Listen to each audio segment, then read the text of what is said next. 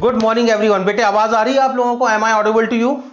क्या बेटे आप सभी लोगों को मेरी आवाज आ रही है? जल्दी से एक बार रिप्लाई कर दें बेटे। क्या आप सभी लोगों को मेरी आवाज आ रही है, हां या ना? Yes sir.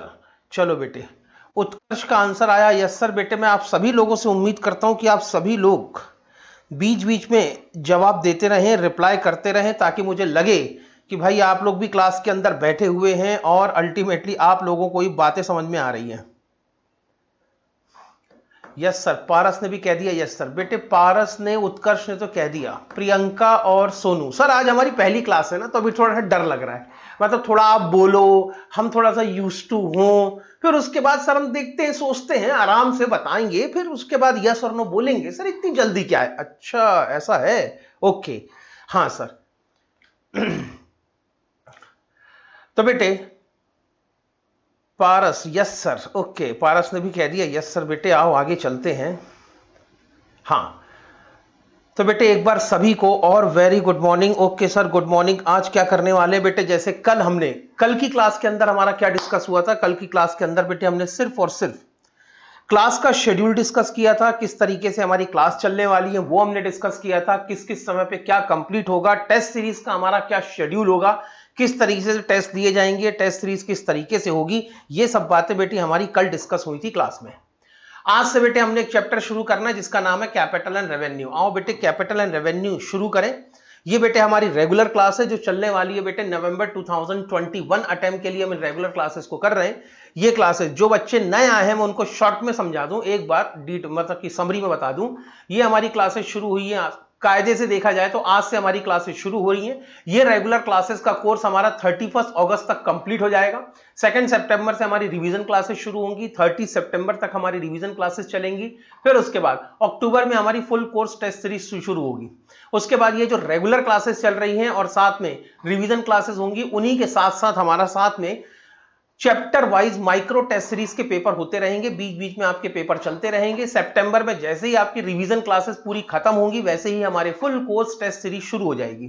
उसी के साथ यानी अक्टूबर में ही फुल कोर्स टेस्ट सीरीज भी होगी। अक्टूबर में ही इंस्टीट्यूट के एमटीपी और आरटीपी का भी डिस्कशन होगा और ये जितनी बातें हमारी होंगी सारी की सारी लाइव क्लासेस होंगी। इसमें कुछ भी रिकॉर्डेड नहीं होगा, ना तो कोई क्लास रिकॉर्डेड होगी और ना तो कोई क्लास स्ट्रीम्ड होगी, लाइव स्ट्रीमिंग होगी। पूरी की पूरी क्लास 100% लाइव होगी। हाँ कभी कभी ऐसा हो सकता है, हाँ मैं कुछ चीजें और एक बार और क्लियर कर दूं, शायद कल मैं बताना भूल गया, आई डोंट नो, मुझे याद नहीं मैंने बताया कि नहीं बताया। संडे को बेटे हमारी क्लासेस नहीं लगा करेंगी, लेकिन अगर किसी हफ्ते ऐसा होता है due to any technical issue मतलब कभी लोड शेडिंग हो गई, कभी इंटरनेट का इशू हो गया, तो ड्यू टू लोड शेडिंग अगर कभी ऐसा होता है कि हमारे वीक में 1 दिन 2 दिन 3 दिन अगर क्लास नहीं लग पाई किसी टेक्निकल इशू के कारण, ठीक, तो उन क्लासेस को या उस कोर्स को जो उस हफ्ते का कोर्स मेरा छूटा है उसको कवर अप करने के लिए फिर संडे को आपकी एक्स्ट्रा क्लासेस जरूर ली जाएंगी। फिर संडे को क्लासेस, अगर 1 दिन की क्लास छूटी होगी तो 1.5 आवर्स को संडे को एक्स्ट्रा क्लास होगी, अगर 2 दिन की क्लास छूट गई होगी तो अकॉर्डिंग टू मल्टीप्लाइड बाय 1.5 उसके जैसे बेटे हमारा यहां पर मल्टीप्लीकेशन होता चला जाएगा और हमारी क्लासेस के अंदर संडे को एक्स्ट्रा क्लासेस लगेंगी। तो संडे को एक्स्ट्रा क्लासेस लगने की सिर्फ और सिर्फ एक ही वजह हो सकती है कि अगर हमारा मंडे टू सैटरडे कोई क्लास नहीं लगी होगी तो ही हमारी संडे को क्लास लगा करेगी। ठीक है सर, आगे चलते हैं। सर आगे हम क्या करने वाले बेटे, आगे आज हम कैपिटल एंड रेवेन्यू वाला पहला चैप्टर पढ़ने वाले, लेकिन इसके पहले बेटे मैं आपको बता दूं कि अल्टीमेटली हमारा पूरा का पूरा कोर्स किस तरीके से चलेगा। हाँ सर बताओ, हमारा पूरा का पूरा कोर्स किस तरीके से चलेगा? ये क्या हो गया?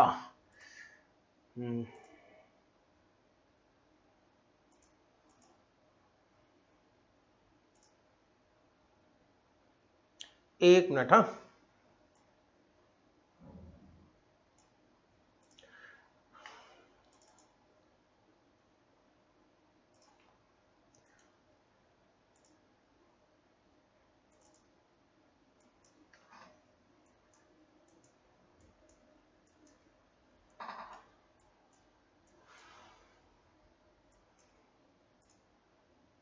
हाँ बेटे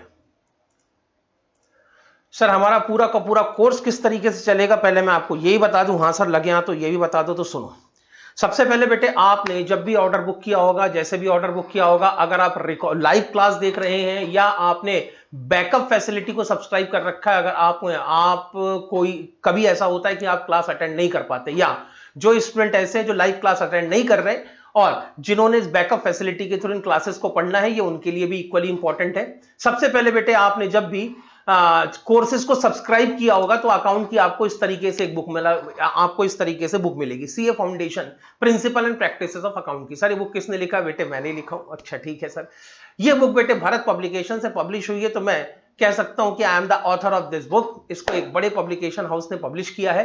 यही बुक बेटे आपके लिए सब कुछ होगी। सर हमारे लिए सब कुछ होगी? हाँ बेटे, यही बुक वो बुक होगी जो आपको सीए फाउंडेशन के एग्जाम के अंदर नवंबर 2021 के अंदर बेटे यही बुक आपको 80 प्लस मार्क्स दिलवाएगी। सर आपने तो 75 प्लस लिख रखा है बेटे। 75 प्लस मैंने इसलिए लिख रखा है क्योंकि 75 को मैं एवरेज मार्क्स मानता हूं।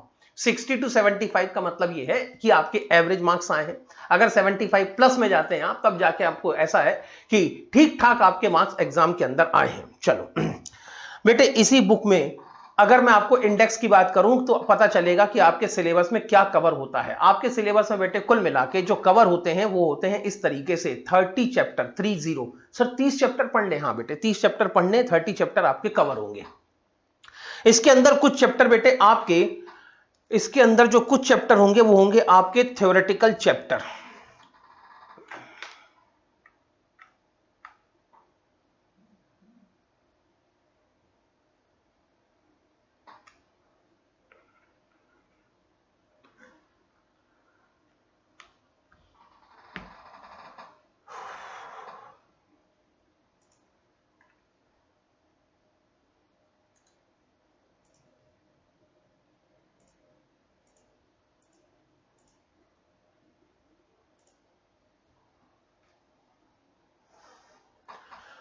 हाँ बेटे, इन चैप्टर्स के अंदर अगर कुछ चैप्टर होंगे तो वो होंगे आपके थ्योरेटिकल चैप्टर। थ्योरेटिकल चैप्टर में सबसे पहले meaning and scope of accounting theoretical topic है।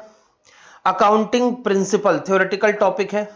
उसके बाद contingent liability and asset, accounting policy, measurement and valuation, accounting standard, IFRS and Ind AS. पहले मैं इन थ्योरेटिकल टॉपिक की बात कर दूं। कल भी मैंने कहा था बेटे, जो थ्योरी के क्वेश्चन है या तो क्वेश्चन नंबर 1 में ट्रू एंड फॉल्स के साथ आएंगे, या क्वेश्चन नंबर बी में 4 मार्क्स का एक थ्योरी का शॉर्ट आंसर क्वेश्चन आ सकता है, या क्वेश्चन नंबर 1 के सी पार्ट में थ्योरी का एक शॉर्ट आंसर क्वेश्चन आ सकता है। और पिछले 2 अटेम्प्ट से जो ट्रेंड बन रहा है उसके हिसाब से क्वेश्चन नंबर 7 भी अगर ए बी सी 3 पार्ट में आया तो उसमें भी एक छोटा मोटा थ्योरी का क्वेश्चन हो सकता है। ओवरऑल अगर आप देखोगे तो आपके क्वेश्चन पेपर में लगभग 20 मार्क्स की थ्योरी होगी।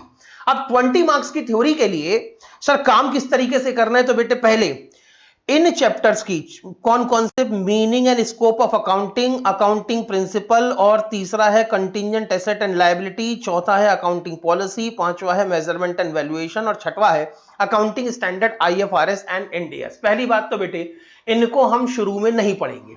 इनके अंदर जो रेलेवेंट थ्योरी है, जो हमारे प्रैक्टिकल सब्जेक्ट के साथ में, प्रैक्टिकल चैप्टर्स के साथ में काम आने वाली है, हम उन रेलेवेंट थ्योरी को पहले अपने प्रैक्टिकल टॉपिक के साथ में डिस्कस करेंगे। क्या होता है बेटे, मैं एकदम से थ्योरी पढ़ाना शुरू करूं तो शायद आपको थ्योरी भी पूरी तरह से समझ में ना आए, क्योंकि थ्योरी कहीं ना कहीं प्रैक्टिकल के साथ में एसोसिएटेड है। और जो प्रैक्टिकल, अब बिना थ्योरी के लेकिन प्रैक्टिकल भी सॉल्व नहीं हो सकते, क्योंकि प्रैक्टिकल को समझने के लिए बेसिक प्रिंसिपल्स को समझना जरूरी है।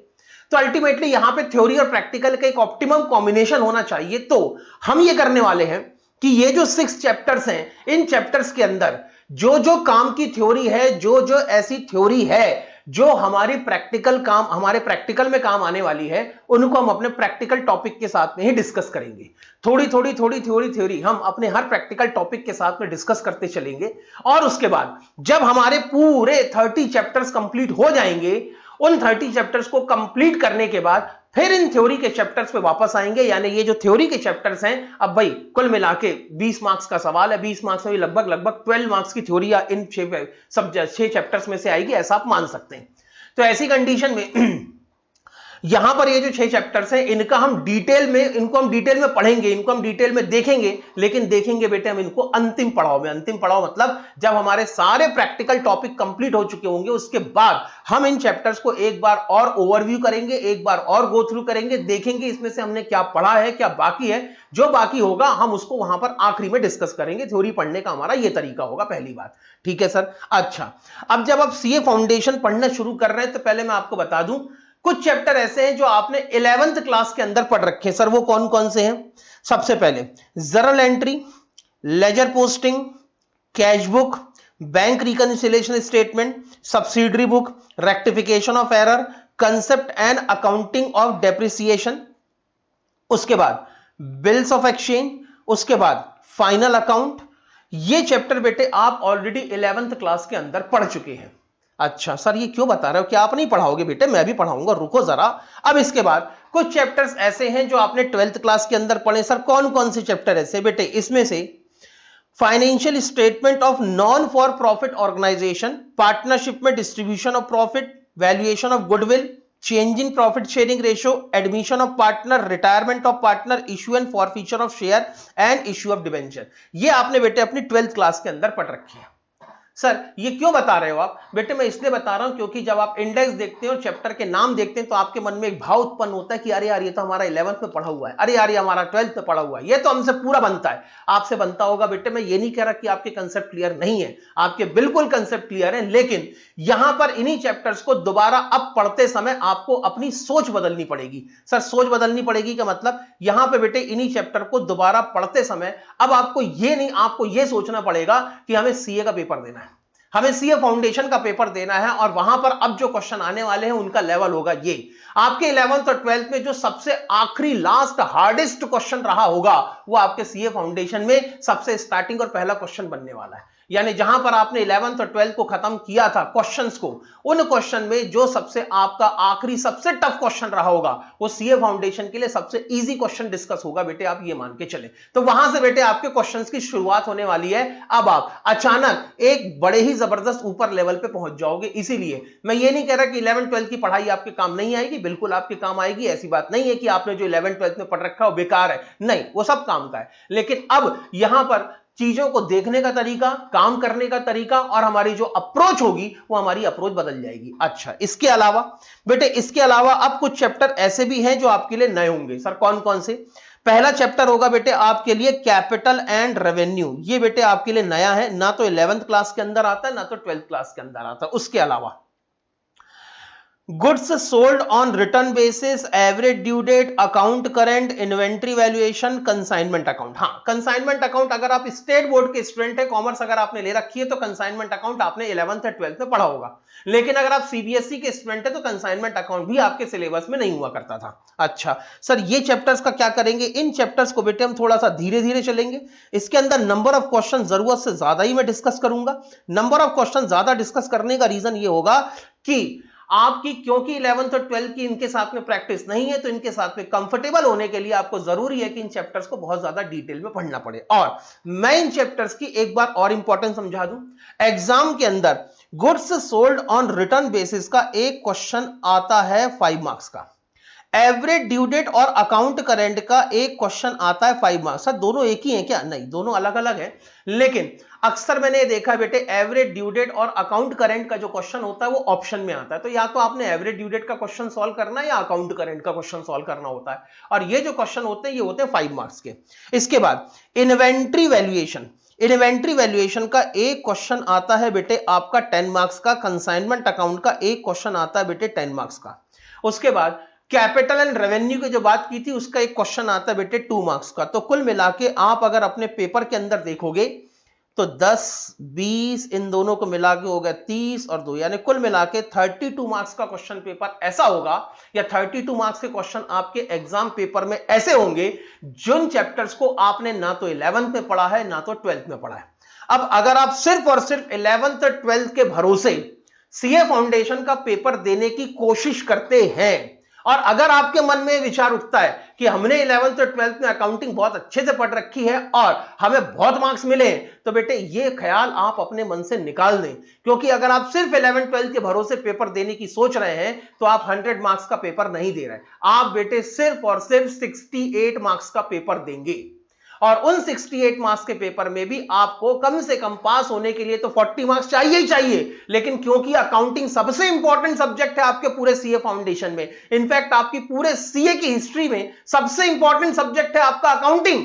और अगर बेटे अकाउंटिंग में ही अगर आपको सीए फाउंडेशन में ठीक से मार्क्स ना मिले, तब तो बेटे आपकी सीए की जर्नी में बहुत बड़ा धब्बा लग जाएगा। तो मुद्दा यहां पर यह है कि 11th और 12th की पढ़ाई काम आने वाली है, कंसेप्ट आपके काम आने वाले हैं, इसके लिए कहीं से कोई मनाही नहीं है, लेकिन अब जो आपको काम करना पड़ेगा वो एक लेवल ऊपर जाके काम करना पड़ेगा। और ऐसा नहीं है कि कुछ नया नहीं आने वाला, नया भी आने वाला है। इसीलिए मैं पहला टॉपिक भी जो शुरू कर रहा हूं वो बेटे कैपिटल और रेवेन्यू से ही शुरू कर रहा हूं। ठीक है सर, कैपिटल और रेवेन्यू से शुरू कर दो।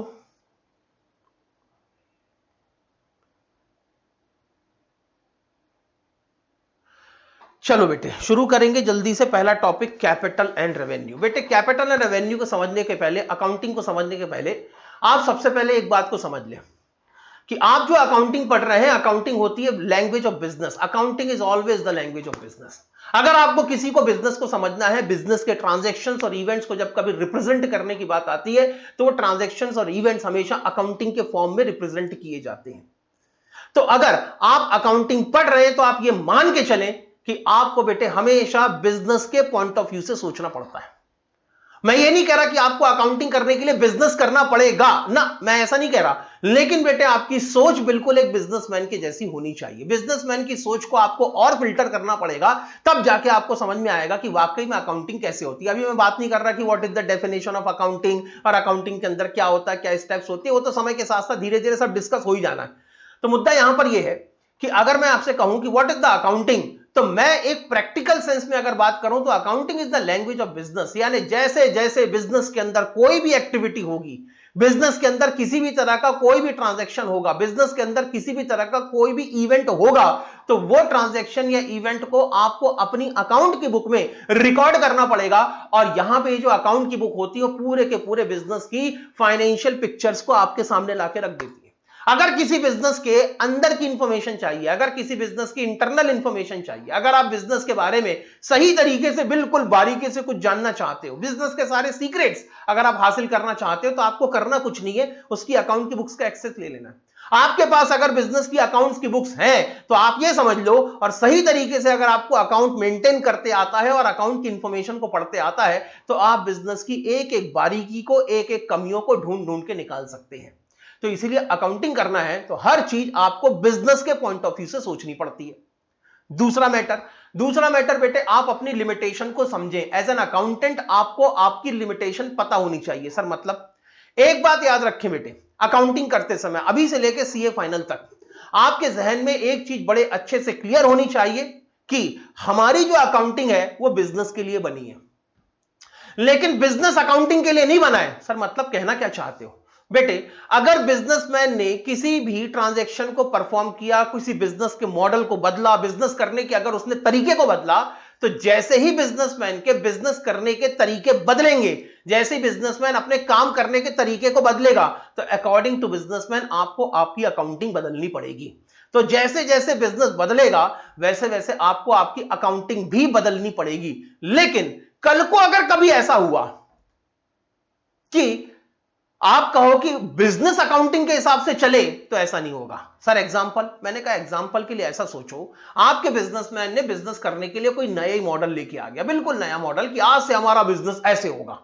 ठीक है, जैसे हुआ ना समय के हिसाब से, पहले लोग अपनी दुकानें खोल के बैठा करते थे, आजकल वही दुकानें ऑनलाइन में शिफ्ट हो गई, फ्लिपकार्ट और अमेजॉन और मिंत्रा, इन तरह से सामान बिकने लगा।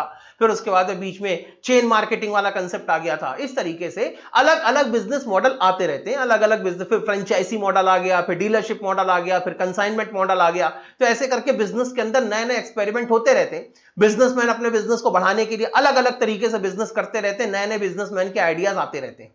तो अगर बिजनेसमैन के दिमाग में कोई नया आइडिया आया और उसके लिए कोई अकाउंटिंग अगर आपके पास में नहीं है तो आप ये नहीं कह सकते कि हे बिजनेसमैन, आप ये वाला बिजनेस इस तरीके से मत करो, क्योंकि इसकी कोई अकाउंटिंग अभी तक अवेलेबल नहीं है। आप अगर बिजनेस को ऐसे करोगे तो मैं इसको अकाउंट की बुक में रिकॉर्ड नहीं कर पाऊंगा, इसलिए कृपा करके इस तरीके से अपना बिजनेस ना करें, तो ऐसा कभी नहीं हो पाएगा। ये बेटे एज एन अकाउंटेंट आपकी मजबूरी होगी कि बदले हुए सर्कमस्टेंसेस के हिसाब से, बदले हुए नेचर के हिसाब से, बदले हुए इंफ्रास्ट्रक्चर के हिसाब से और सिचुएशन के हिसाब से आपको अपनी अकाउंटिंग बदलनी पड़ेगी। सर कहना क्या चाहते हो? कहना मैं ये चाहता हूं कि अकाउंटिंग पढ़ते समय आपको बिल्कुल फ्लेक्सिबल होना पड़ेगा। फ्लेक्सिबल होने का मतलब नहीं है, फ्लेक्सिबल होने का मतलब यह है कि मैं आपको कुछ प्रिंसिपल्स दूंगा कि बेटा अगर ऐसा होता है तो इसको ऐसे कहते हैं, इसको ऐसा होता है तो वैसा करते हैं, लेकिन ये प्रिंसिपल आप गांड बांध लें कि यूनिवर्सल नहीं होंगे। कसम खाओ कि बेटे आप जितने भी प्रिंसिपल पढ़ने वाले हैं आप इनको यूनिवर्सल नहीं मानेंगे। यूनिवर्सल नहीं मानेंगे मतलब आप बोलो कि ये प्रिंसिपल हर जगह एज इट इज एप्लीकेबल हो जाएंगे, हमको ऐसा ही काम हमेशा करना है, तो ऐसा नहीं होगा ना। अकाउंटिंग करते समय आपको फ्लेक्सिबल होना पड़ेगा। अगर कुछ बदलाव होते हैं तो अकॉर्डिंगली आपको अपनी अकाउंटिंग के अंदर भी बदलाव करने पड़ेंगे, ये आपकी सबसे बड़ी लिमिटेशन होगी।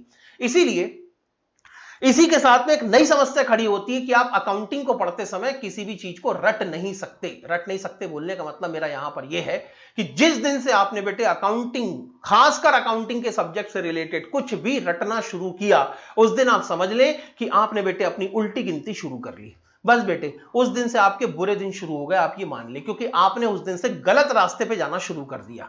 हर एक चीज का कंसेप्ट है, हर एक चीज का रीजन है, हर एक चीज का लॉजिक है। आपको हर एक चीज का रीजन और लॉजिक अगर पता होगा तो एग्जाम के अंदर बेटे आप उन कंसेप्ट के साथ में जाएंगे जो आपको एग्जाम के लिए जरूरी है। लेकिन अगर आपने रटना शुरू कर दिया तो एग्जाम हॉल के अंदर आप जाएंगे और रटी हुई चीज बेटे एग्जाम हॉल से कूद के बाहर आ जाएगी। इसीलिए रटा हुआ कुछ भी आपके काम नहीं आने वाला।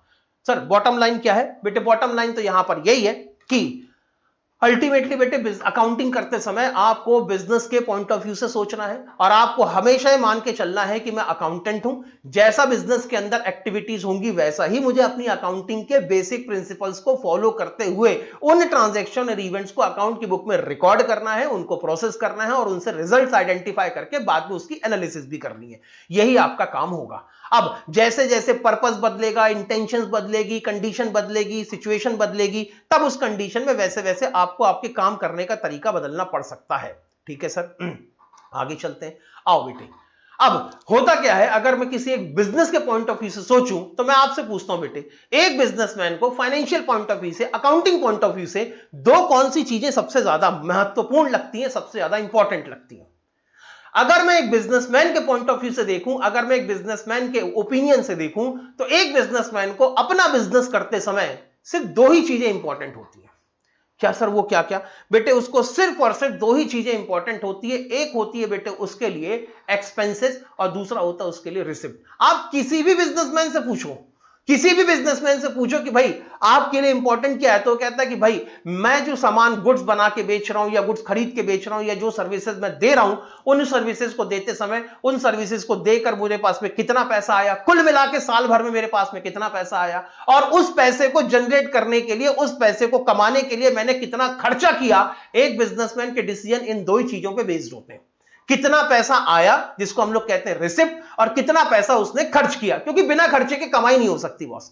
अगर आपको कमाई करनी है, अगर आपको कुछ प्रॉफिट कमाना है, तो कुछ ना कुछ खर्चा तो करना पड़ेगा। अब बिजनेसमैन कहता है कि मुझे तो सिर्फ दो ही चीजों में इंटरेस्ट है। किन किन दो चीजों में इंटरेस्ट है? मुझे एक तो रिसिप्ट में कितना पैसा आया है उसमें इंटरेस्ट है, और कितना पैसा मैंने खर्च किया है मुझे सिर्फ उसमें ही इंटरेस्ट है, इससे ज्यादा कोई इंटरेस्ट नहीं है। हमने कहा ठीक है, बिजनेसमैन का ओपिनियन हमने सुन लिया। बिजनेसमैन कहता है कि मैं अपने सारे डिसीजन इन दो चीजों पे बेस्ड लेता हूं। किन दो चीजों पे? कि कितनी पेमेंट आई है, कितनी रिसिप्ट आई है, और कितना पैसा मैंने खर्च किया है। What is the receipt and what is the total expenditure. ठीक है सर, आगे चलते हैं। लेकिन अब बात आती है हमारी। हम कौन? हम बेटे चार्टर्ड अकाउंटेंट लोग हैं। ठीक है, अब बात आती है हमारी। सर हम क्या करते हैं? बेटे हमने कहा कि ठीक है, बिजनेसमैन की बिजनेस करने की जो सोच है, बिजनेसमैन को असल में अपने बिजनेस से रिलेटेड डिसीजंस लेने हैं, तो डिसीजन लेने के लिए उसका इस तरीके से सोचना एकदम जायज है, उसका इस तरीके से सोचना एकदम ठीक है। लेकिन क्योंकि हमें उन्हीं बिजनेस एक्टिविटीज को अपनी अकाउंट की बुक में रिकॉर्ड करना है, और उनको रिकॉर्ड इस तरीके से करना है कि हमारे कुछ ऑब्जेक्टिव भी सेटिस्फाइड हो जाएं। हम क्यों अपनी अकाउंटिंग कर रहे हैं, इसको हम लोग कहते हैं ऑब्जेक्टिव। तो हमने कहा उन्हीं एक्टिविटीज को अपनी अकाउंट की बुक में रिकॉर्ड करना है, और अकाउंट की बुक में रिकॉर्ड करने के लिए हमें थोड़ा सा और उसको डिटेल में लेके जाना पड़ेगा। हमने कहा अगर इसको और डिटेल में लेके जाना है तो हमने कहा हम इन एक्सपेंसेस को और फर्दर दो कैटेगरी में क्लासिफाई कर देंगे, बांट देंगे। तो बेटे हमने कहा बिजनेसमैन तो सिर्फ टोटल खर्चा देखता है, हमने कहा हम टोटल खर्चे को दो हिस्सों में बांटेंगे। We are going to classify the total expenses in two part. Sir कौन कौन से दो पार्ट? बेटे एक खर्चा होगा हमारे लिए रेवेन्यू एक्सपेंस और एक खर्चा होगा हमारे लिए कैपिटल एक्सपेंडिचर। वैसे ही मैंने कहा कि बिजनेसमैन को तो ओवरऑल रिसिप्ट से मतलब है कि हमारे बिजनेस के अंदर कुल मिला के कितना पैसा आया, एक बिजनेसमैन को सिर्फ और सिर्फ इसी से मतलब है। तो मैंने कहा दोस्त हम अपनी टोटल रिसिप्ट को भी दो हिस्सों में बांटेंगे। अच्छा सर टोटल रिसिप्ट को भी दो हिस्सों में बांटेंगे? हाँ सर ये कौन कौन सी होगी? एक होगी बेटे हमारे लिए रेवेन्यू रिसिप्ट और एक होगी हमारे लिए कैपिटल रिसिप्ट। तो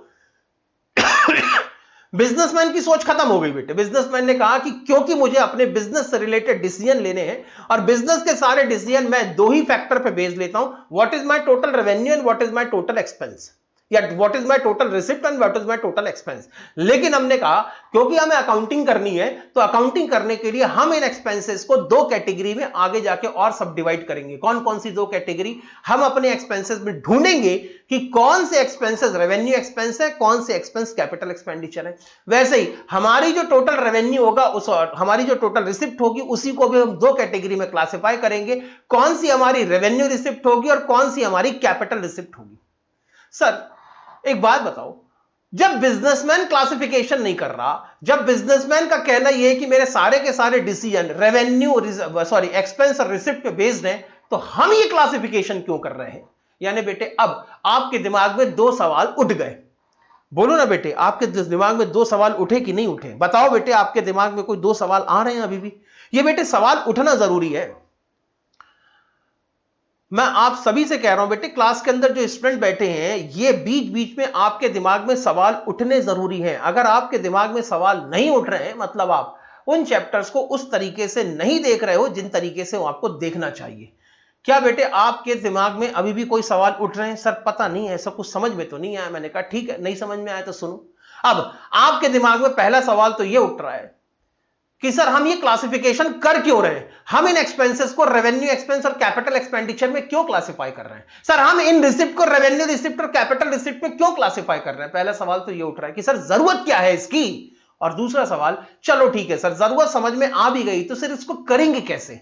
how we are going to classify any of the expenditure in capital and revenue and how we are going to classify any of the receipt in revenue receipt and capital receipt. तो इनकी classification होगी कैसे? ऐसे बेटे अब दो सवाल यहां पर खड़े होते हैं, क्यों हम इन क्लासिफिकेशन को कर रहे हैं और क्यों और कैसे हम इन क्लासिफिकेशन को करेंगे। तो सबसे पहले बात आती है कि सर यहां पर हम इन एक्सपेंसेस और रिसिप्ट को क्लासिफाई क्यों कर रहे हैं। तो इसका आंसर है ऑब्जेक्टिव ऑफ अकाउंटिंग।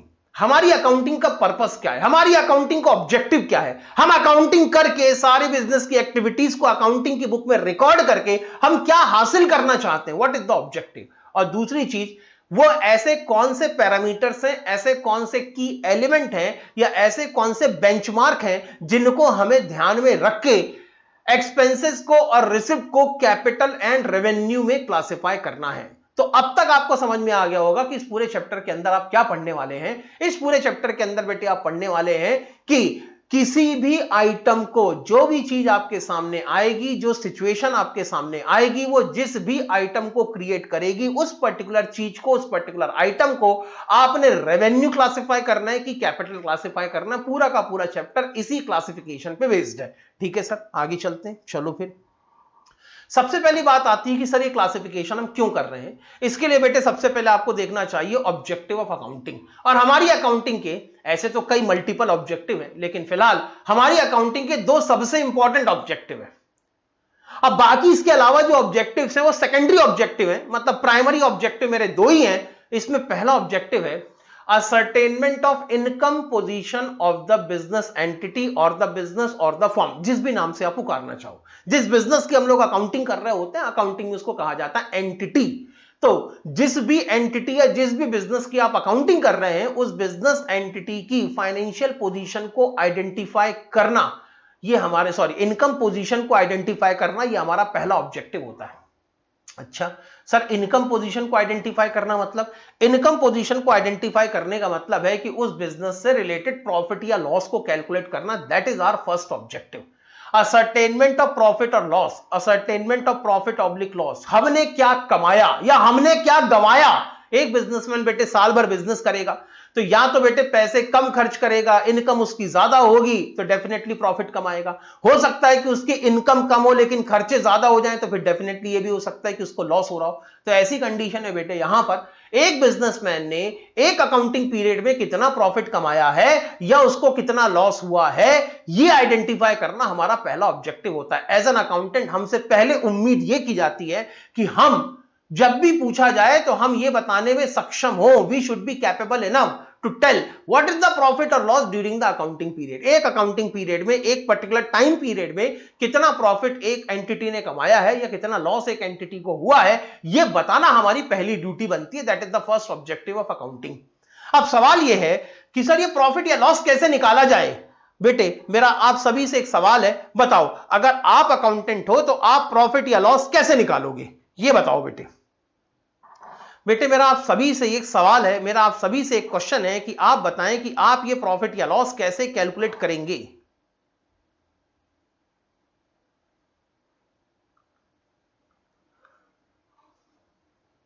पारस ने आंसर दिया, उत्कर्ष ने आंसर, यस सर, पारस ने आंसर। बेटे उत्कर्ष, पारस, बेटे मैं आपसे सवाल पूछ रहा हूं, प्लीज बेटे आप लोग थोड़ा टाइप करना शुरू करें, थोड़ा जवाब देना शुरू करें। बीच बीच में मैं आपसे, sir after recording transaction and making financial statement, okay sir, हम ट्रांजैक्शन को अकाउंट की बुक में रिकॉर्ड करेंगे और फाइनेंशियल स्टेटमेंट बनाएंगे, फिर हमको प्रॉफिट या लॉस पता चलेगा, ओके। और किसी का बेटे कोई आंसर? उत्कर्ष का आंसर आया है sir, by making profit and loss account, sir excess of receipt over expenditure, okay. दो लोगों के आंसर आए बेटे, पारस का आंसर आया है, उत्कर्ष का आंसर आया। बाकी लोगों का क्या बेटे? दो क्लास में और स्टूडेंट हैं, प्रियंका, तनु, बताएं बेटे आपका क्या विचार बनता है। अगर आप किसी बिजनेस एंटिटी के अकाउंटेंट हो तो बेटे आपसे अगर मैं कहूं कि प्रॉफिट या लॉस कैलकुलेट करके बताओ, तो आप प्रॉफिट या लॉस किस तरीके से कैलकुलेट करेंगे? What should be the procedure, what should be your procedure to calculate the profit और लॉस?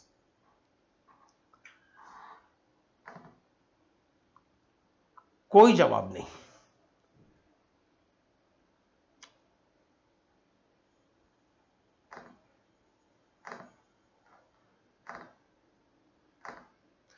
चलिए आगे चलते हैं।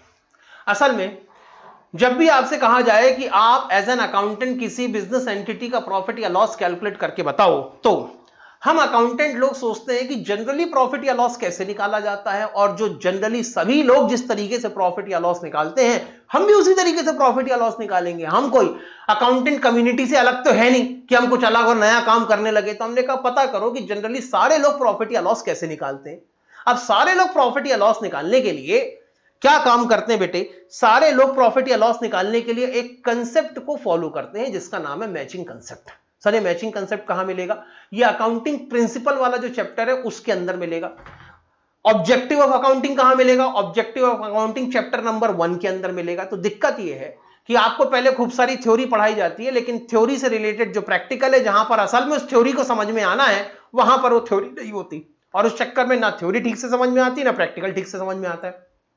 इसीलिए इनिशियल जो 6 चैप्टर मैंने आपको दिखाए थे, इनिशियल 6 थ्योरेटिकल चैप्टर मैंने आपको जो दिखाए थे, उन इनिशियल 6 थ्योरेटिकल चैप्टर्स की रेलेवेंट थ्योरी हमारी इसी तरह से प्रैक्टिकल के साथ साथ डिस्कस होगी, और फिर आखिरी में बचा हुआ हिसाब किताब आखिरी में निपट लेंगे। ठीक है सर, ओके, ये भी ठीक है, आगे चलो। तो बेटे प्रॉफिट या लॉस निकालने के लिए हमें जो एक कंसेप्ट फॉलो करना होता है, या जो अक्सर हम एक कंसेप्ट फॉलो करते हैं, उसका नाम है मैचिंग कंसेप्ट। मैचिंग कंसेप्ट ये कहता है कि जब भी आपको किसी भी एंटिटी का नेट प्रॉफिट या नेट लॉस निकालना हो, किसी भी एंटिटी की अगर आपको इनकम पोजीशन पता करनी हो, तो आप एक पीरियड की, अब इस पीरियड को हम लोग कहते हैं अकाउंटिंग पीरियड, तो एक अकाउंटिंग पीरियड की इनकम को उसी अकाउंटिंग पीरियड की एक्सपेंसेस के साथ कंपेयर करवाना चाहिए।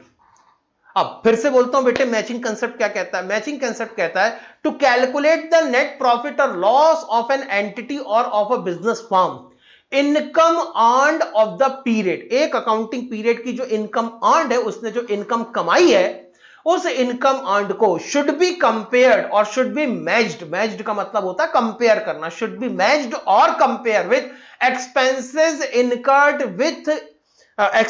Incurred with in respect of that accounting period. यानी जिस अकाउंटिंग पीरियड की आपने इनकम ली है, उसी अकाउंटिंग पीरियड के आप खर्चे भी कैलकुलेट करो और आप इनकम को एक्सपेंसेस के साथ कंपेयर करके प्रॉफिट या लॉस निकालो। ये आपका तरीका होना चाहिए। और अगर मैं इसको डिटेल में समझाऊं तो अगर मैंने कहा बेटे मान लो 1 जनवरी 2020 को आपका अकाउंटिंग पीरियड शुरू होता है और मेरा अकाउंटिंग पीरियड अगर मैं मान लो कि जनरली 12 मंथ का है, 12 महीने का है, 1 साल का है, तो मैं 1 साल के लिए अपना प्रॉफिट या लॉस निकालना चाहता हूं। वो 1 साल कहां से शुरू होंगे? 1 जनवरी 2020 से शुरू होंगे और 31 दिसंबर 2020 पे आके खत्म हो जाएंगे। तो अगर मुझे मैचिंग कंसेप्ट को फॉलो करना है तो मेरा पहला काम मुझे यह करना पड़ेगा कि इस 1 साल की मुझे पहले इनकम या रेवेन्यू इनकम आइडेंटिफाई करनी पड़ेगी।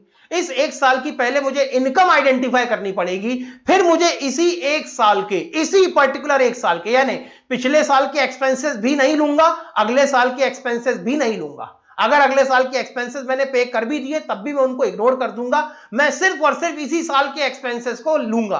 तो अल्टीमेटली बेटे इसी साल की इनकम को इसी साल के खर्चों के साथ कंपेयर करवाया जाएगा, कंपेयर करवा के प्रॉफिट या लॉस निकाला जाएगा। अब सीधी बात है बेटे, अगर इनकम ज्यादा है एक्सपेंस कम है तो ये क्या निकलेगा? प्रॉफिट। अगर आपकी इनकम कम है एक्सपेंसेस ज्यादा है तो ये क्या निकलेगा? लॉस। तो ऐसी कंडीशन में आपको इस तरीके से प्रॉफिट या लॉस निकालना चाहिए। तो सर इसका हमारे कैपिटल रेवेन्यू से क्या लेना देना है? हाँ लेकिन मैचिंग कंसेप्ट ये भी कहता है कि ये जो आपकी इनकम होगी ये आपकी रेवेन्यू इनकम होना चाहिए और ये जो आपके एक्सपेंसेस होंगे ये आपके रेवेन्यू एक्सपेंसेस होने चाहिए। But for this purpose only revenue income and revenue expenditure will be taken. इस पर्पस के लिए, इस काम के लिए, इस चीज के लिए आप सिर्फ और सिर्फ रेवेन्यू इनकम और रेवेन्यू एक्सपेंसेस को ही कंसीडर करेंगे। इसका मतलब अगर मुझे प्रॉफिट या लॉस निकालना है तो मुझे क्या क्या चाहिए? रेवेन्यू इनकम चाहिए और मुझे क्या चाहिए? रेवेन्यू एक्सपेंसेस चाहिए। तो बताओ बेटे, अगर मैं अपनी रिसिप्ट को या इनकम को क्लासिफाई ना करूं कैपिटल और रेवेन्यू में तो क्या बताएं बेटे आप प्रॉफिट या लॉस निकाल पाएंगे? अगर मैं अपने एक्सपेंसेस को रेवेन्यू एक्सपेंस और कैपिटल एक्सपेंडिचर में क्लासिफाई ना करूं तो क्या बेटे आप सही प्रॉफिट या लॉस निकाल पाएंगे? नहीं सर, बिल्कुल नहीं निकाल पाएंगे। इसीलिए पहला रीजन। सर अभी भी हमारे मन में एक डाउट है। मैंने कहा क्या बेटे बताओ?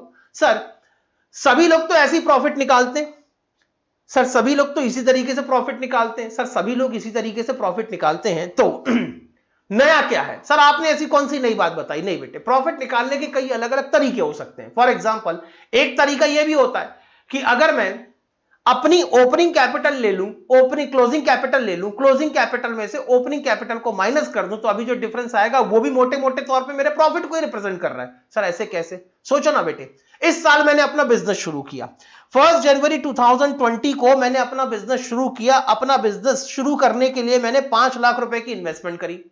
साल भर मैंने अपनी बिजनेस एक्टिविटी को परफॉर्म किया।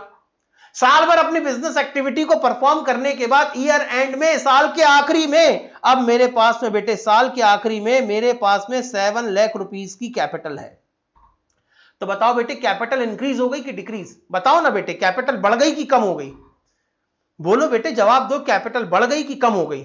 सर कैपिटल इंक्रीज हो गई, साफ दिख रहा है सर। हमने अपना बिजनेस इंक्रीज, यस तनु का आंसर आया इंक्रीज। बाकी कहां है? क्या कर रहे हैं बाकी? क्या बेटे बाकियों की नींद नहीं खुली थी, फिर से दोबारा सो चुके हैं? हाँ सर नींद आ रही है। क्या आपने भी सुबह सुबह क्लास रख ली सर? आधे टाइम पे तो जाग रहे हैं, आधे टाइम पे सो रहे हैं, ऐसा कुछ है क्या? हाँ तो सर हमारी कैपिटल इंक्रीज हो रही है, बात तो सही है। और अगर कैपिटल आपकी इंक्रीज हो रही है तो बताओ बेटे कैपिटल क्यों इंक्रीज हो रही होगी? डेफिनेटली आपने अपना बिजनेस करते समय कुछ प्रॉफिट कमाया होगा और यही प्रॉफिट आपके बिजनेस के अंदर ऑटोमेटिकली री इन्वेस्ट होता चला गया, तो आपकी कैपिटल बढ़ के बेटे 5 लाख से आपकी कैपिटल बढ़ के हो गई 7 लाख। तो जब भी आपकी कैपिटल बढ़ती है तो ये आपके प्रॉफिट को रिप्रेजेंट करता है। तो सीधी सीधी बात है बेटे, आपकी अगर कैपिटल इंक्रीज हुई है, जितनी आपकी कैपिटल इंक्रीज हुई है उतने रुपए का आपका प्रॉफिट हो सकता है। मैंने कहा क्लोजिंग कैपिटल कितनी थी sir 7 lakh rupees, opening capital कितनी थी सर 5 लाख रुपीस, 7 लाख में से 5 लाख माइनस कर दूं तो मेरा प्रॉफिट सीधे सीधे निकल के कितना आता है 2 लाख। यही चीज यहां से ही पता चल सकती है। अगर मैं कहूं बेटे साल भर में आप अगर मैं कहूं बेटे साल भर में आपका रेवेन्यू था 4 लाख रुपीस का, रेवेन्यू इनकम थी 4 लाख रुपीस की, साल भर के आपके रेवेन्यू एक्सपेंसेस 2 लाख रुपीस के, तो प्रॉफिट कितना आया 2 लाख। तो अल्टीमेटली देयर में be the different several method for the calculation of profit और लॉस। दूसरी भी कई अलग अलग मेथड हो सकती हैं, लेकिन एज एन अकाउंटेंट अगर हम प्रॉफिट या लॉस निकालते हैं तो हम प्रॉफिट या लॉस निकालने के लिए मैचिंग कंसेप्ट को फॉलो करते हैं। सर यही वाला कंसेप्ट क्यों फॉलो करते हैं, इस पे भी आऊंगा, इस पे ही बेटे हमारा आगे की क्लास में कभी ना कभी पक्का डिस्कशन होगा। तो अगर मुझे मैचिंग कंसेप्ट के हिसाब से प्रॉफिट या लॉस निकालना है तो मुझे रेवेन्यू इनकम और रेवेन्यू एक्सपेंसेस की जरूरत है, और रेवेन्यू इनकम और रेवेन्यू एक्सपेंसेस मुझे तब तक नहीं मिल सकते जब तक मैं अपने एक्सपेंसेस को और अपनी रिसिप्ट को प्रॉपर तरीके से क्लासिफाई ना करूं। इसीलिए बेटे पहला कारण तो बना कि हमें अपने एक्सपेंसेस को और रिसिप्ट को क्लासिफाई क्यों करना चाहिए। आओ बेटे और आगे चलते हैं। दूसरा कारण क्या है सर, दूसरा कारण है बेटे यहां पर ascertainment of financial position and solvency position of the business। मुझे एक बिजनेस की फाइनेंशियल पोजीशन और उसकी सॉल्वेंसी पोजीशन भी पता करनी होती है। सर होता क्या है बेटे, दो वर्ड मैंने कहे, मुझे अपने बिजनेस की फाइनेंशियल पोजीशन पता करनी है। सर फाइनेंशियल पोजीशन क्या होती है? फाइनेंशियल पोजीशन का मतलब होता है कि सोचो ना बेटे, एज अ बिजनेसमैन आप अपने बिजनेस की कौन सी इंफॉर्मेशन में सबसे ज्यादा इंटरेस्टेड हो। जब कभी बेटे आप बिजनेस करेंगे तो आप अपने बिजनेस की दो इंफॉर्मेशन में सबसे ज्यादा इंटरेस्टेड होंगे। पहली इंफॉर्मेशन कि मुझे बाहर वालों को, आउटसाइडर को कितने पैसे उधारी के पे करने हैं। अगर आपने कोई लायबिलिटी इनकर की है, अगर किसी से आपने कैश उधार लिया है, या हो सकता है कि आपने किसी से गुड्स उधार लिया हो, या हो सकता है आपने किसी से कोई मशीन जैसी एसेट उधारी में खरीद रखी हो, तो ये होती है बेटे आपकी लायबिलिटी। क्योंकि आज आपने कॉन्ट्रैक्ट कर लिया, सामने वाले से कमिटमेंट कर दिया, प्रॉमिस कर दिया कि फ्यूचर की इस डेट में फलाना फलाना अमाउंट में आपको पे करूंगा, तो these are the liability of the business.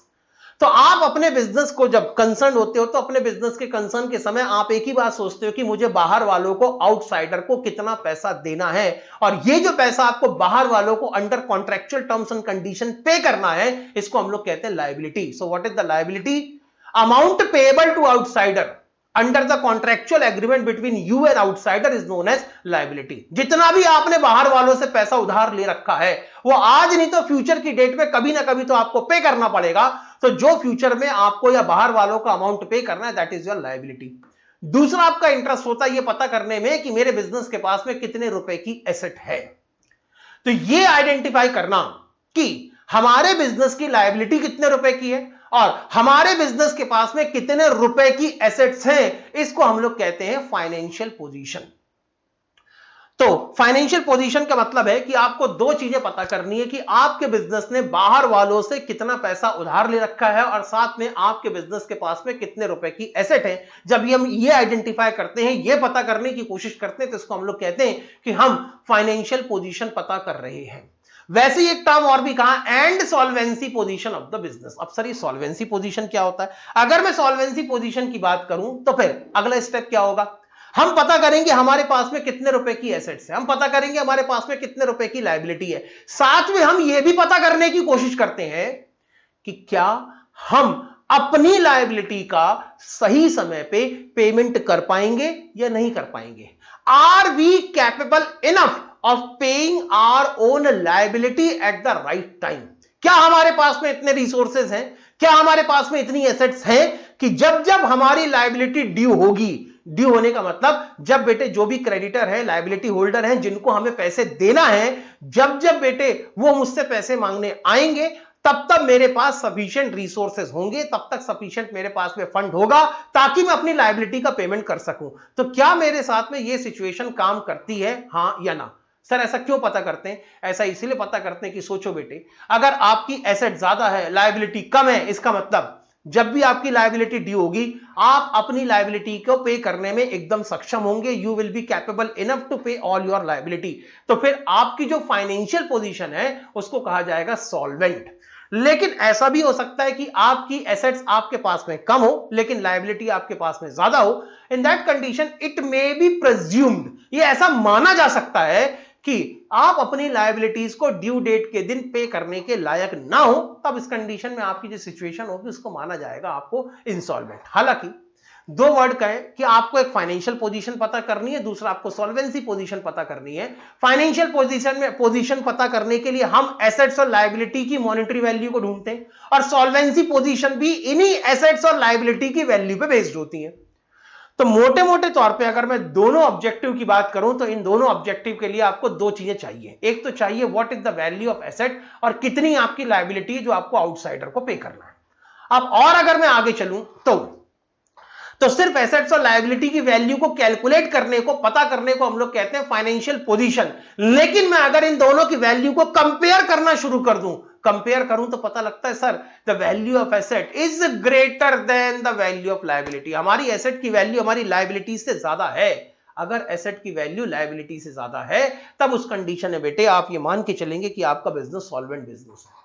लेकिन ऐसा भी हो सकता है कि आपकी एसेट्स आपकी लायबिलिटीज से कम हो। अगर आपकी एसेट्स आपकी लायबिलिटीज से कम है तो आप ये मान के चलेंगे कि आपका बिजनेस इनसॉल्वेंट है। You are not capable enough to identify, you are not capable enough to pay all your liabilities on due date, ऐसा माना जा सकता है। हाँ, ये बात अलग है कि अगर आपकी एसेट कम है, आपकी लायबिलिटी ज्यादा है, फिर भी लायबिलिटी की पेमेंट करने के लिए आपने कोई अदरवाइज अरेंजमेंट कर रखा हो, तो फिर आप शायद अपने ड्यू डेट के दिन पुरानी लायबिलिटी का पेमेंट कर दें।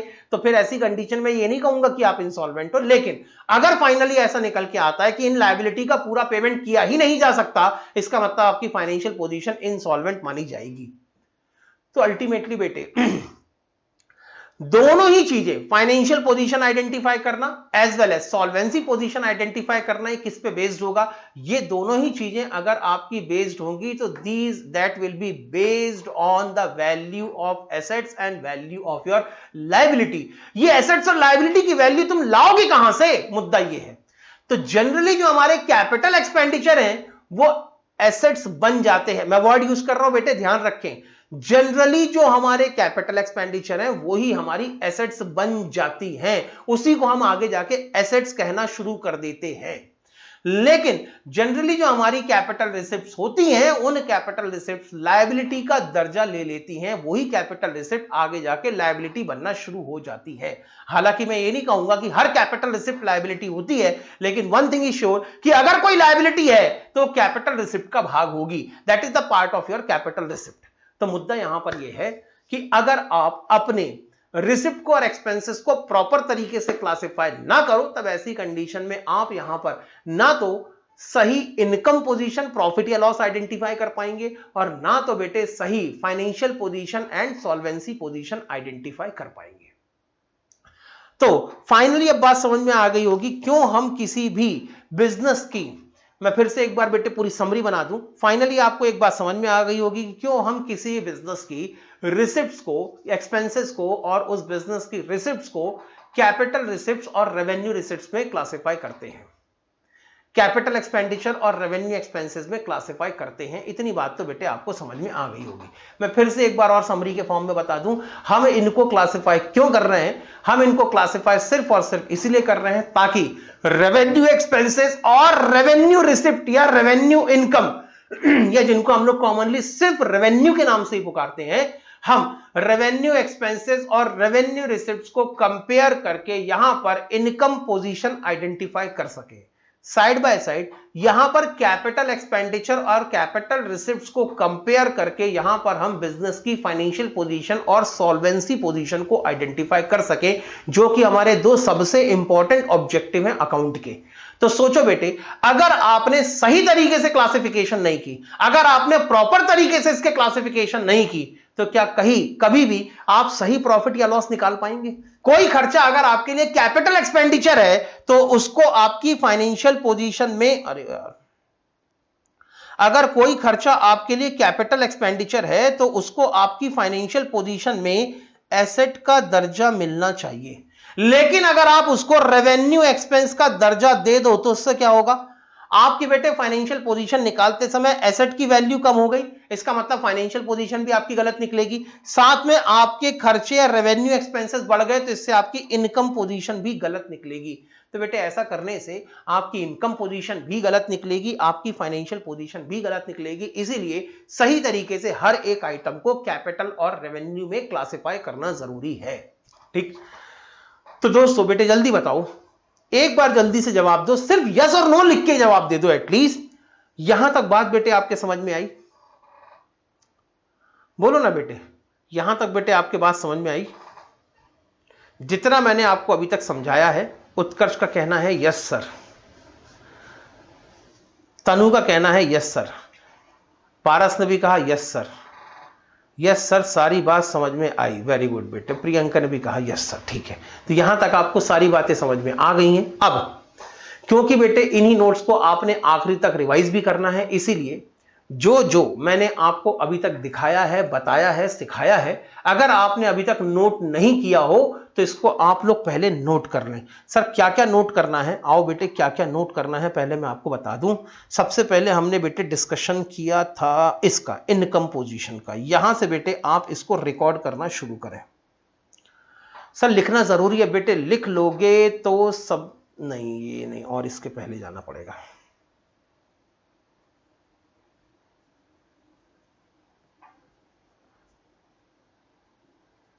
हाँ, यहां से बेटे लिखना शुरू करो। सर लिखना जरूरी है?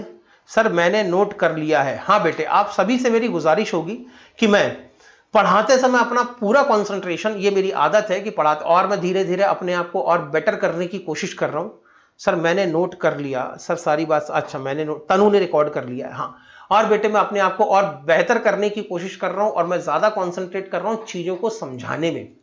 इसीलिए बेटे मैं समझाते समय अपनी स्पीड बहुत कम रखूंगा, बहुत सारी डाइवर्सिफाई तरीके की बातें करता हूं, अलग अलग एग्जांपल देते रहता हूं। इसका मतलब बीच बीच में आपके पास में इतना समय जरूर होगा कि जितनी बातें मैंने आपको बोर्ड पे लिखी हैं, स्लाइड्स के थ्रू बताई हैं, वो सारी बातों को आप साथ में नोट करते चले। सर नोट करने से क्या होगा? नोट करने से बेटे इतना होगा कि जब कभी आपको फ्यूचर में रिवीजन करना होगा तो आप सिर्फ अपने नोट्स को पलटाएंगे, और जैसे ही आप नोट्स को पलटाएंगे, ये जो डायग्राम मैंने बना रखे हैं इस तरीके से, जो मैंने प्रेजेंटेशन कर रखा है, सिर्फ डायग्राम देख के ही आपको बात याद आ जाएगी कि सर ने क्या बात कही थी, और आपको पूरी तरह से अपनी क्लास तुरंत सिर्फ और सिर्फ इस पेज को देख के पूरी की पूरी क्लास रिवाइज हो जाया करेगी बेटे। तो इससे आपके रिवीजन में आपको बहुत कम समय लगेगा।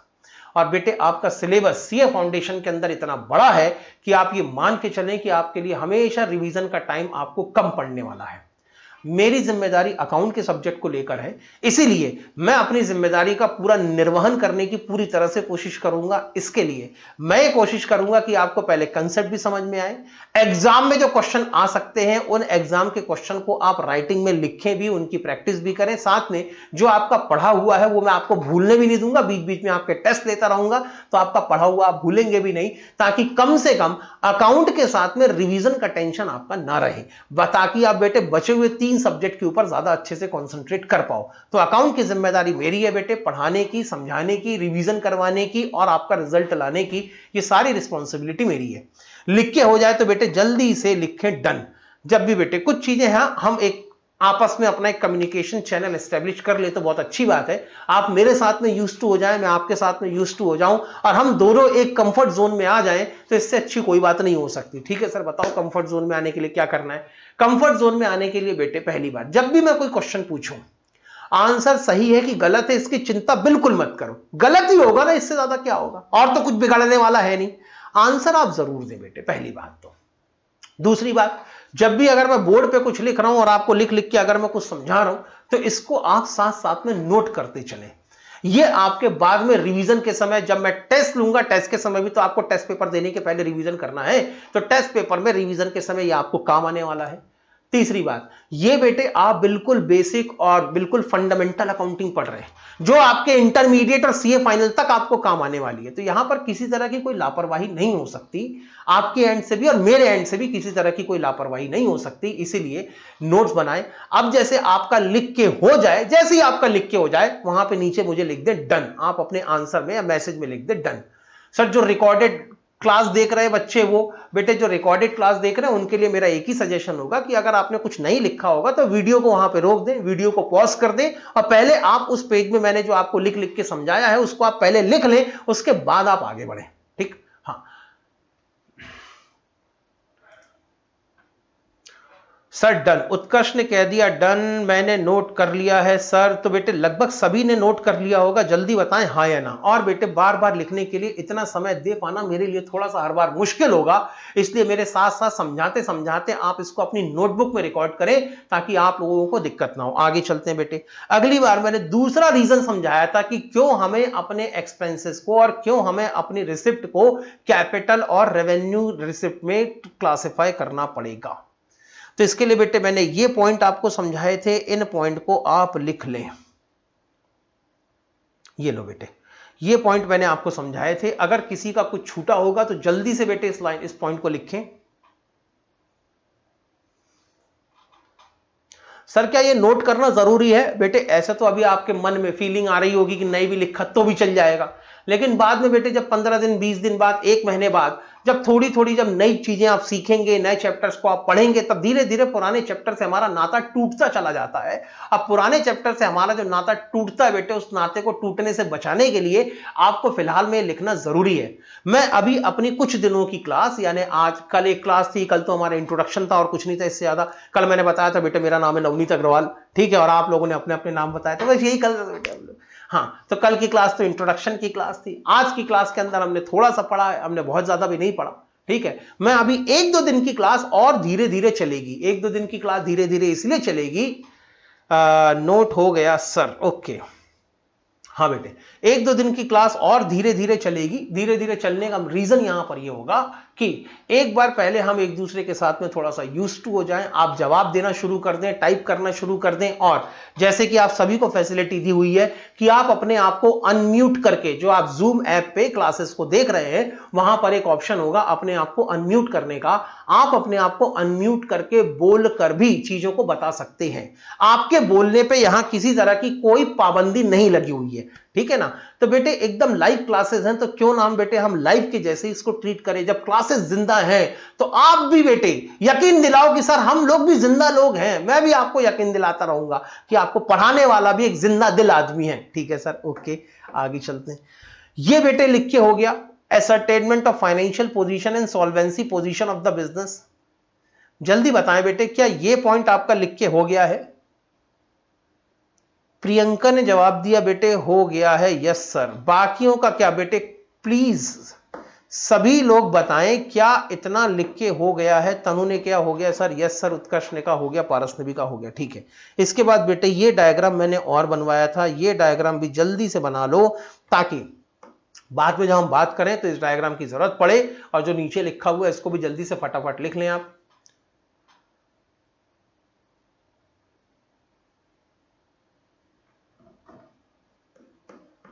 लिख के हो जाए बेटे, नोट करके हो जाए तो बता दें।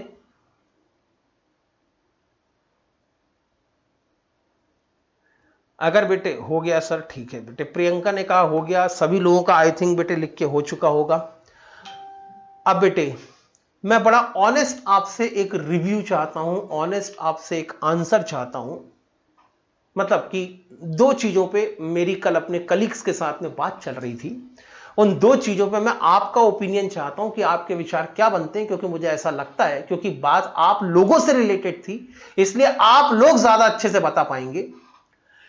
आप लोगों के लिए बेटे, आप लोगों को रिकॉर्डेड क्लास ज्यादा बेहतर लगती है कि जो हमारी अभी लाइव क्लास चल रही है ये ज्यादा बेहतर लगती है? Which one is better? Tanu ने कहा लाइव। कल बेटे इसका कारण बताता हूं, मैंने सवाल क्यों पूछा है। अभी जो live classes are better, okay.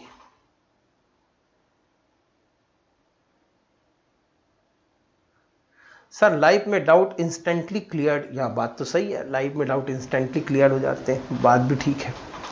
यानी बेटे जो मेरा ओपिनियन था, मेरा ओपिनियन भी यही था कि आई थिंक, देखो कोई अगर स्टूडेंट क्लास अटेंड नहीं कर पा रहा है, देखो सबकी अपनी अपनी परेशानियां होती हैं, अपनी अपनी मजबूरियां होती हैं। किसी का फैमिली बैकग्राउंड कैसा है, वो किन परेशानियों से जूझ रहा है, वो किस तरीके से काम कर रहा है, वो किन परिस्थितियों में पड़ रहा है, सबकी परिस्थितियां, सबकी कंडीशन, फैमिली बैकग्राउंड सबका अलग अलग हो सकता है। तो अगर किसी के साथ में क्लास अटेंड करने की पॉसिबिलिटी ही नहीं है, उसकी सिचुएशन, उसकी कंडीशंस उसको क्लास अटेंड करने के लिए अलाउ नहीं करती, तब भी ऐसा तो नहीं है कि पढ़ाई नहीं करेगा, तब तो पढ़ाई करेगा। तो मेरे हिसाब से शायद रिकॉर्डेड क्लासेस उन लोगों के लिए बेहतर है जो शायद लाइव क्लासेस को अटेंड नहीं कर पाते। रीजन कुछ भी हो सकता है यहां पर, लेकिन जो लोग बेटे लाइव क्लास अटेंड कर सकते हैं, तो आई थिंक बेटे लाइव क्लास आपकी रिकॉर्डेड क्लास से ज्यादा बेहतर है, मुझे ऐसा लगता है। लेकिन लाइव क्लास को लाइव बनाने के लिए आपको बेटे यहां पर, जैसे मैं आपके साथ में कम्युनिकेशन कर रहा हूं, वैसे ही आपको भी मेरे साथ में कम्युनिकेशन करते रहना पड़ेगा। और कम्युनिकेशन करने के लिए मैं आपसे एक प्रॉमिस चाहता हूं बेटे। आज मैं आप लोगों से एक वादा चाहता हूं। सर पूछिए क्या? मेरा बेटे आप लोगों से एक वादा मुझे यह चाहिए कि जब भी आप लोगों को कोई डाउट होगा, आप तुरंत अपना हैंड रेस करेंगे और तुरंत पहले आप अपना डाउट पूछेंगे। क्योंकि बेटे मुद्दा यहां पर यह है, मेरा भी ओपिनियन यहां पर यही था कि जब हम लाइव क्लास लेते हैं तो उसी समय पढ़ाते समय अगर स्टूडेंट को कोई डाउट आया तो इंस्टेंटली वो अपना डाउट पूछ के क्लियर कर सकता है। And that is one of the best thing and that is the beauty of the live class. लेकिन बेटे अगर आपने डाउट ही नहीं पूछे तो फिर लाइव क्लास का मतलब क्या बेटे? फिर these classes are as good as your recorded classes. तो फिर बेटे आप तो सवेरे 9 बजे अपना सुबह खराब करके क्यों जल्दी उठना और क्यों 9 बजे से क्लास अटेंड करना? फिर तो बेटे इन सारी क्लासेस का बैकअप भी आपको प्रोवाइड हो रहा है। ये जितनी क्लासेस हो रही है सारी की सारी क्लासेस रिकॉर्डेड भी हो रही है, रिकॉर्ड हो रही है, फिर उसके बाद में जो बैकअप होगा उनका बैकअप भी आपको प्रोवाइड होगा। आप डेली बेसिस पर अगर कोई क्लास छूटती है तो आप बैकअप भी देख सकते हैं, कोई दिक्कत नहीं है। तब तो बेटे मुद्दा यहां पर यह है कि फिर लाइव क्लासेस का तो मजा ही खत्म हो जाएगा ना, अगर आपकी तरफ से कम्युनिकेट नहीं होगा तो। हाँ सर बात तो समझ में आ गई। इसलिए बेटे उम्मीद करूंगा कि अगली क्लास में जब आप बैठेंगे, सर क्यों हमारी क्लास खत्म होगी क्या? हाँ बेटे आज की क्लास को हम यहां पे रोकेंगे। अगली क्लास के अंदर हम एक्सपेंडिचर को कैपिटल और रेवेन्यू में क्लासिफाई करते हैं, इसकी तो बात हो गई है। कैसे क्लासिफाई करते हैं उसकी बात करेंगे, प्रैक्टिकल क्वेश्चन सॉल्व करेंगे, कैपिटल रिसिप्ट और कैपिटल एक्सपेंडिचर को कैसे क्लासिफाई करते हैं और उसके प्रैक्टिकल क्वेश्चन सॉल्व करेंगे। और अगली क्लास के अंदर अपने चैप्टर को खत्म कर देते हैं। सर चैप्टर खत्म? हाँ बेटे इस चैप्टर की उम्र इतनी ही है।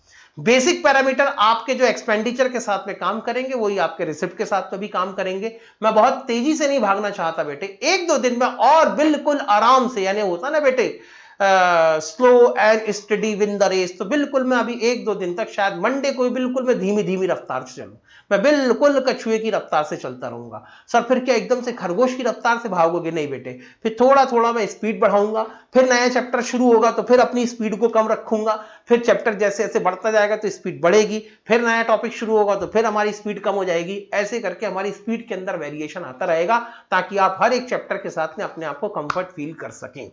तो अभी क्योंकि हमारी दूसरी ही क्लास थी, बहुत ज्यादा डिस्कस करना ठीक नहीं है, मुझे ऐसा लगता है अभी आपको इन सब चीजों के साथ में यूज्ड टू होने में टाइम लगेगा, आपको इस क्लास के माहौल में और खासकर मेरे साथ में यूज्ड टू होने में टाइम लगेगा। इसलिए आज की क्लास को हम यही रोकेंगे।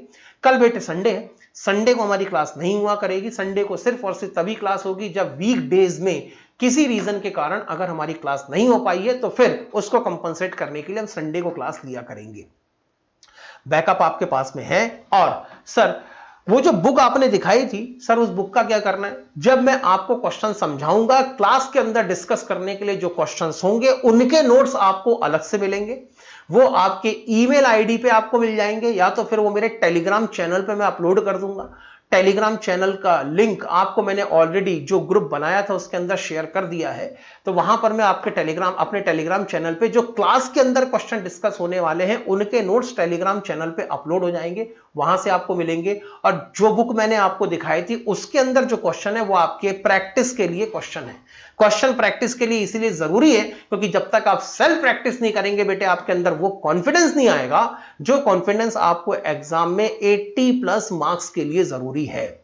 ठीक ठीक है बेटे, तो आज की क्लास को यहीं पैकअप करते हैं। अब मुलाकात होगी हमारी मंडे को, तब तक के लिए बाय बाय। सर मैं ग्रुप में नहीं हूं, प्रियंका गौतम। तो बेटे मैं, अच्छा एक मिनट, रुको रुको रुको रुको, आप ग्रुप में नहीं हो प्रियंका? बेटे मैं आप सभी को अपना पर्सनल नंबर दे रहा हूं। पारस के पास में होगा मेरा पर्सनल नंबर, उत्कर्ष के पास में भी होगा, वैष्णवी के पास में भी है, तनु शायद आपके पास में मेरा पर्सनल नंबर होगा, प्रियंका के पास में नहीं है। प्रियंका बेटा मेरा पर्सनल नंबर है 8975003156। यस सर, प्रियंका बेटे नंबर लिखें जल्दी से, 8975003156 लिख के हो जाए तो जल्दी से यस सर लिखें या डन लिखें, हो गया सर, ठीक है बेटे। ये है व्हाट्सअप नंबर। सर ये किसका व्हाट्सअप नंबर है? ऐसे तो बेटे व्हाट्सअप नंबर मेरे नाम पे, पर्सनल नाम पे रजिस्टर्ड है, लेकिन ये हमारे ऑफिस का व्हाट्सअप नंबर है, ठीक है, ओके। तो बेटे जो भी लिंक भेजी जाती है वो इसी व्हाट्सअप नंबर पे भेजी जाती है, तो आप इस व्हाट्सअप नंबर पे एक बार हाय का मैसेज भेज दें, वहां पर अपना नाम लिख दें और वहां पे लिख दें लाइव क्लासेस नवंबर 2001, इतना लिख दें आप अपना नाम, उसके नीचे लिख दें फॉर लाइव क्लासेस, उसी के नीचे लिख दें फॉर नवंबर 2021। ऐसा व्हाट्सएप पे एक मैसेज भेज दें तो हमारे ऑफिस के जो स्टाफ है वो आपको उस ग्रुप में ऐड कर देंगे। तो जो डेली लिंक आपको शेयर होता है वो लिंक आपको भी, डेली लिंक जो सारे स्टूडेंट को शेयर होता है वो आपको भी शेयर होना शुरू हो जाएगा, ठीक, ओके, हो गया सर, ठीक है, चलो बेटे।